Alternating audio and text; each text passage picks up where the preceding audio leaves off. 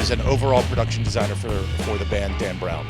Dan Brown has been with the band since '93 as production manager, and over the years has also stepped into the role of being production designer. So this was his concept, his idea that he brought to the band, and then worked with Tate Towers to have it built. So that's the basics of it. So the cube idea came from Dan. And then moving on from there, then over the course of the last year, the idea was brought to the band in February of last year. And then over the course of the next 8 months, we started putting the entire thing together. So the lighting portion of it was we were able to insert a fixture into every cube. So each one of those lights is a Roby BMFL wash beam. Then outside of that, we have 32 axioms, Martin axioms that we have on the corners, of the room, on top of our audio subs, our VLFC subs. After that, the stage is surrounded by a bunch of GLP JDC1s, which is great. It's an LED wash fixture and a discharge strobe fixture all in one. So that saved us a lot of space on stage. Behind our drummer is some Martin Mac Quantums. And then from there, we have another 20 Roby wash beams working with a system called Spot Track, which is one of the newer, there's several on the market, newer automated spotlight systems. This one was the first one that we got our hands on that could be one operator for multiple fixtures. So on this show, we have one operator per band member that is operating 5 lights for that band member and follow them throughout the show. Having that many operators on a system that was already heavy, trying to find placements in the house to where they could shoot underneath the cubes when they come in low. This way we're able to have a consistent position every day. And also having 20 units where it's one operator per light. There's nowhere in these arenas to set up 20 operators down a hallway. So this way we're able to have multiple fixtures per operator. So one operator runs each band member, and one operator has 5 lights going to that particular band member. There's RoboSpot, there's Black Tracks, there's PRG ground control, there's Upstaging Follow Me, there's another Follow Me out there. There's several systems. I just got introduced to another one called Zack Track. So there's several systems out on the market right now. This is one of them. There's quite a few. There's a huge competition in the market for that right now, and this is very much where everything is going.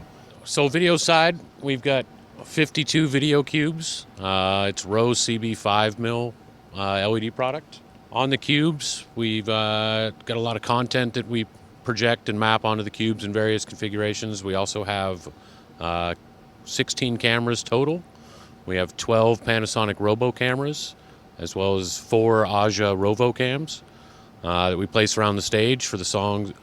We do put cameras on the cubes occasionally for a couple of the big moments, so we have that coverage as well as archive recording for every show and all cameras. A lot of the content is time critical with the lighting, so working together with Rob is really important in getting all that synced so everything's happening at once. Also working with Kilty and automation and finding configurations of the cubes where we can use them as a surface. It's readable to many. And there are other songs where we use the cubes just as a lighting source. So it's pretty diverse and definitely all parties playing together. I don't think we could do it without all of us liking each other, at least occasionally. I think that what Dan put together with Tate is a really unique palette because these guys don't play the same set list any 2 nights in a row. So we had to be very concise and clear in our communication protocols between the different systems. It couldn't be anything where clear path on who was in charge of what at what time. And so on top of the fact that, I've got out of the 52 cubes that are up there, because of weight considerations, only 36 moved during the show. The other 16 are dead hung. So there's 36 that moved during the show. Each of those is on a Tate Towers BT 290 winch with a 750-pound capacity each, 300 kilo each. They're able to do 1,250 mil per second, or per second. So they're pretty quick. So on top of controlling all of the motion for that, we are handling kind of a stop in between all of the different systems. So the Tate Towers Navigator software is taking streaming ArtNet in from the lighting desk. So the lighting desk is able to request a position from those, and then based on everything that's going on, they're sending me, hey, we want to put them 16 feet off the deck. I go, yeah, no problem. And they then are chasing a streamed ArtNet position from the Grand MA. So what that allows them to do is make sure that all motion is happening on those same beats, that all the lights are happening, and then all the, cube hits are happening, all the LED content is changing. So all those things are timing together over ArtNet. And so on top of that, I'm then feeding back over ArtNet to the desk where the lights are. So they're able to track those lights in 3D space and able to use stage markers to be able to control exactly where those lights are going to be, regardless of where the cubes might be for a given moment. And then I'm also feeding ArtNet to the D3, the server handling all the media, so they know where the cubes are in 3D space as well. So they're able to map content using their virtual projection, and imagine there's a big projector out here shooting across all these cubes and do one image across all of them as they move, as well as other, effects that might, be position dependent on where they are at any given moment. That's all being done in real time. It's rendering that stuff on the cube as it moves to where it is. So if the set list changes, we have a very solid path on how to approach this. He's going to move them. If he gets in a bind, he's like, I don't have a position for this song. We haven't done anything. I've got a couple of, looks that we can go to and that, we've looked at all together. So it's really neat that we're able to use that clearinghouse of information. These guys asking, me saying okay, then telling everybody where they are, and then really moving forward with, the ability to take on just about any, song that they might throw at us on a given day. We did this show a little bit differently than how we would do most, and we have slots, essentially. So every slot will have the same look as long as it can work with the song. So the band keeps a structure of the set list for us so that we're similar from night to night, but we have about 3 or 4 slots where they are able to change up whatever song they want to play. So we have one slot that is fan art, and I've got a page on my console. It's essentially a punt page of looks that I can go to, but within that, it's the entire song is based around fan art that's been submitted. So there's that song. We have another one that is based around flags. The fans are amazing with making flags in whatever country they're in. So they come and they make all these flags. And so we feature those up on the cubes. And then we also feature the local country flag as well. So all of those things is basically based around the slot for that song. And as long as the song that they're playing works within that, then we utilize it. Otherwise, flying by the seat of our pants. I'm very blessed that every artist I work for does not rely on time code. It's more fun that way.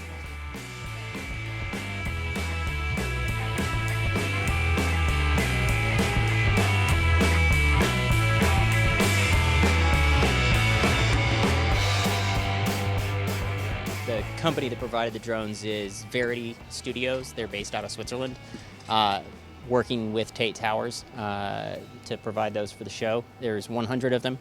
They weigh about 100 grams each. I mean, they're super duper light. So that really helps. But Verity did a really good job of advancing in all of the different countries here in Europe, and as well as with the United States and Canada for North America, to make sure that we were adhering to all applicable laws. Now, the big one is that a lot of these places there is no standard or law regarding it, and so promoters, local security, don't want to let you do it because they're like, well, there's no standard that we can point to and say this is the reason. But these guys are able to go in and in advance with all these places say, hey, these are the things which we actually apply to. It helps that we don't fly them over the audience. So they are restricted to what in mathematic terms is called the convex hull.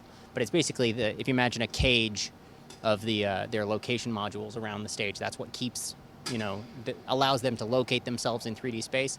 But it also behaves as like a boundary for them that automatically cuts out the propellers if it exits that environment within the stage.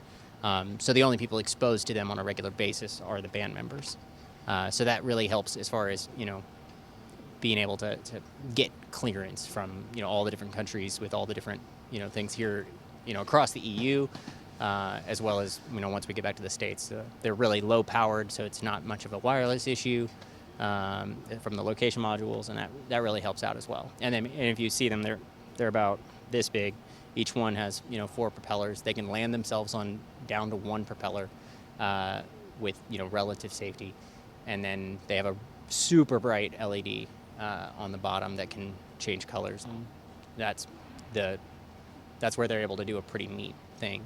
That's I actually think really funny, because that is one of the things that can't change time on the fly. It's quite complex, the choreography, how they have to move in relationship to each other in order to maintain airflow and all the things necessary for the drones to operate in an optimum way. So that really has to kind of be all set in stone. But I haven't seen it, run way long or be way short for that song. They do a pretty good job on that one of, keeping it within, 20 or 30 second window on length.